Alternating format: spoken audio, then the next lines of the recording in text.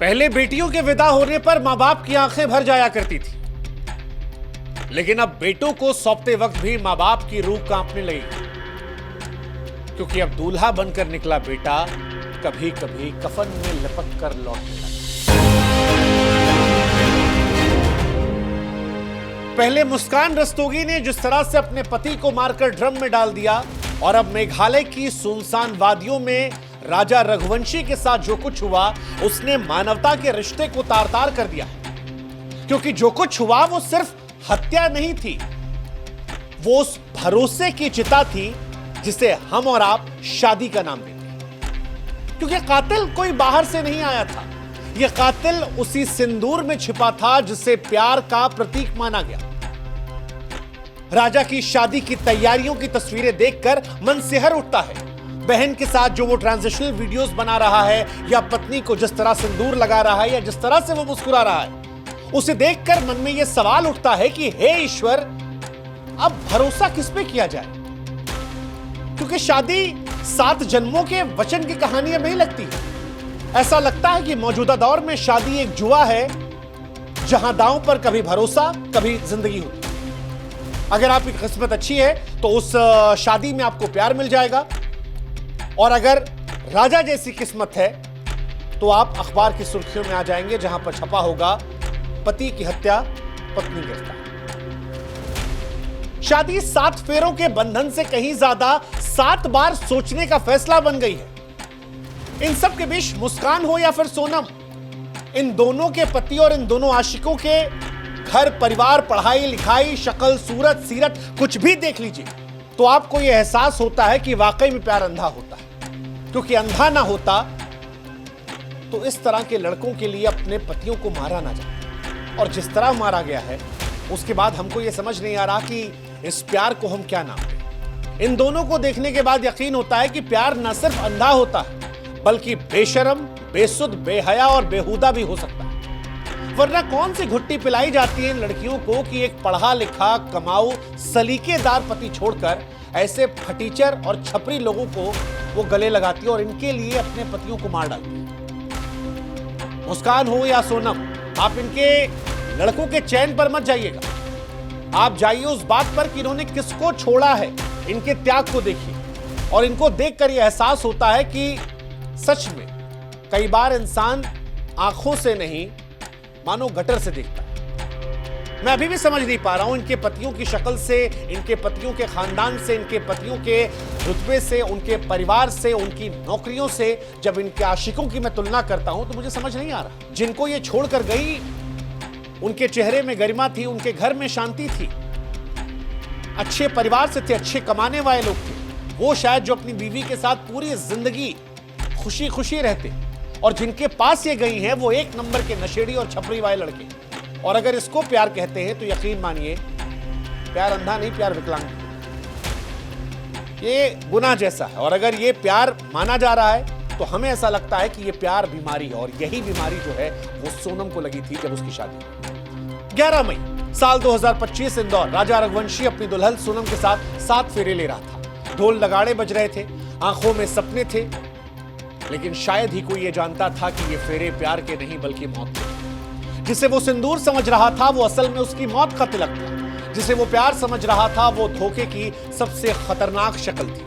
शादी के 9 दिन बाद ही 20 मई को सोनम अपने पति से कहती है कि मुझे मेघालय घूमना है, कामाख्या जाना है, शिलोंग जाना है, हरियालियां देखनी है, हनीमून का साथ मिलकर मजा लेंगे। पति को एहसास नहीं होता है कि यह सुनियोजित हत्या का जाल था। पति कहता है कि ठीक है, एक बार मम्मी से बात कर लेते हैं, लेकिन लड़की कहती कि नहीं, मैंने टिकट बुक कर दी, अब जाना ही पड़ेगा।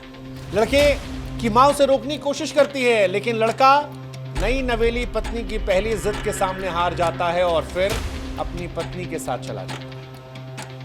हैरानी इस बात की कि टिकट सिर्फ एक तरफ हुई थी। 22 मई को दोनों मेघालय पहुंचते हैं।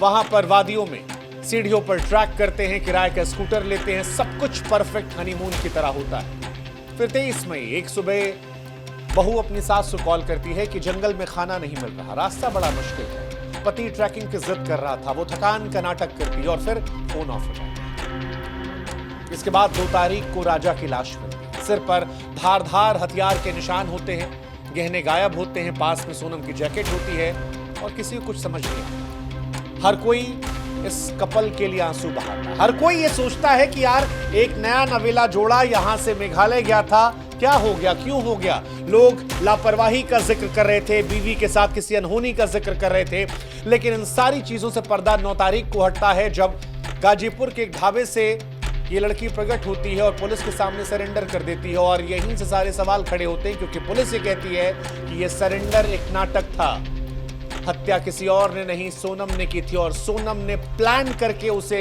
पहले मेघालय बुलाया, फिर खाई तक ले गई, फिर अपने साथियों के साथ मिलकर उसकी हत्या की और हत्या के बाद वहां से निकल गई। पुलिस कह रही है कि कोई ड्रामा नहीं, स्क्रिप्टेड मर्डर था। सोनम का राज कुशवाहा के साथ अफेयर था, शादी हुई लेकिन उसका दिल दिमाग राज के पास था और बार बार सीसीटीवी फुटेज में भी वो दिखाई पड़ती है।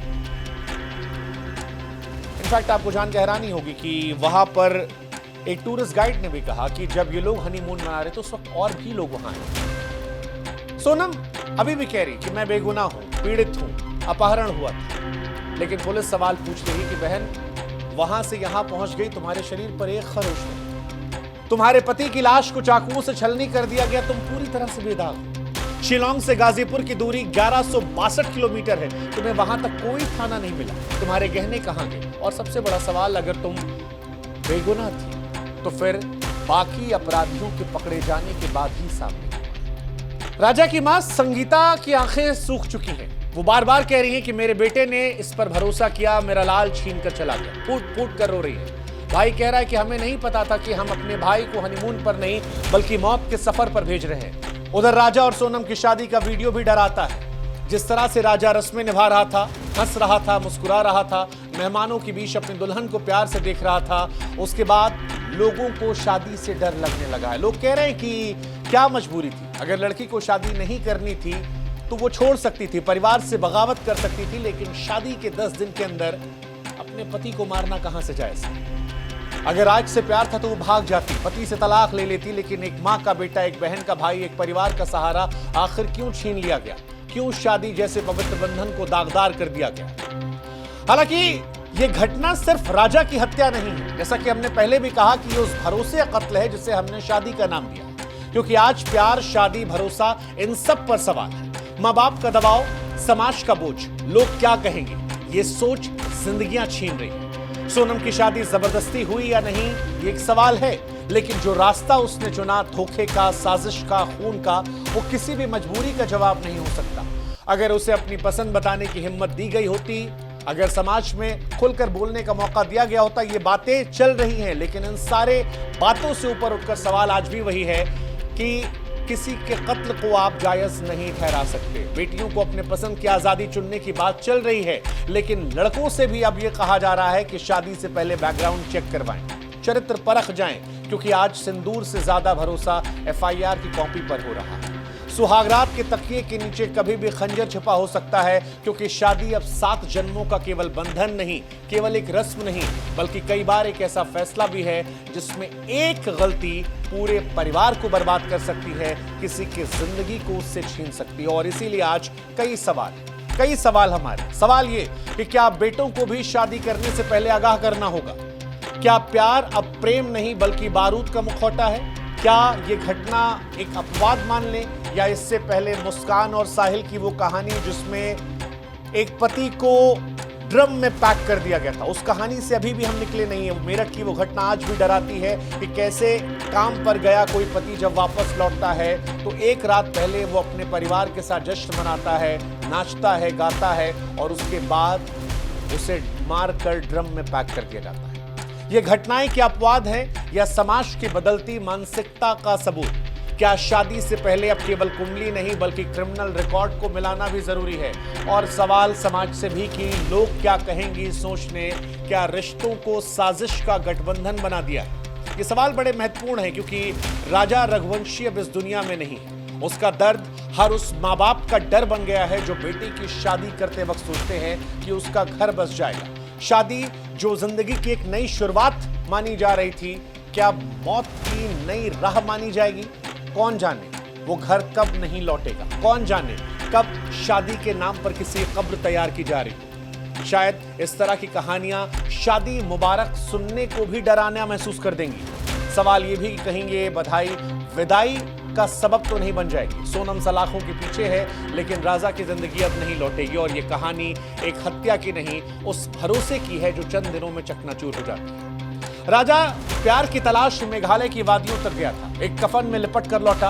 उसकी आत्मा भी शायद आज यही पूछ रही होगी कि मेरी क्या गलती। माँ बाप के कहने पर शादी की, परिवार के साथ खुशियां मनाई, बीवी मिली, उसकी पहली जिद मानी, माँ बाप से लड़कर दूर वादियों में जाकर जश्न मनाने की सोची, लेकिन इन सब के बीच उसकी जिंदगी छीन ली। ये सवाल बड़ा महत्वपूर्ण है और जवाब के नाम पर सिर्फ सन्नाटा। ये सन्नाटा अब समाज को तोड़ना पड़ेगा, नहीं तो न जाने कितने राजा अपने दुल्हन के हाथों मातम बनते जाएंगे। ये सवाल बड़ा महत्वपूर्ण है कि क्या बेटियों के साथ अब बेटों को लेकर भी माँ बाप को डरना पड़ेगा। ये सवाल डराता है। सवाल ये भी डराता है कि मुस्कान के साहिल और इस घटना में सोनम के राज कैसे औरतों को बहका ले जाते हैं, क्योंकि औरतों को लेकर एक मानसिकता ये भी है कि वो अपने माँ बाप के सामने खुलकर बात नहीं रख पाती। वो हमेशा निर्भर रहती है। पहले माँ बाप उन्हें भावनात्मक तौर पर मजबूर कर देते हैं और उसके बाद जब शादी हो जाती है तो अपने आशिकों के सामने वो भावनात्मक तौर पर मजबूर हो जाती है। लेकिन क्या ये मजबूरी इतनी बड़ी है कि 7 जन्मों के रिश्तों को 7 दिनों में तोड़ दिया जाए, किसी को ड्रम में दफन कर दिया जाए, किसी को पहाड़ियों पर काट कर पॉलिथीन में पैक कर दिया जाए? ये सवाल बड़ा महत्वपूर्ण है। ये सवाल क्या आपको डराता है? इस सवाल का जवाब आप भी हमें कमेंट सेक्शन में दें।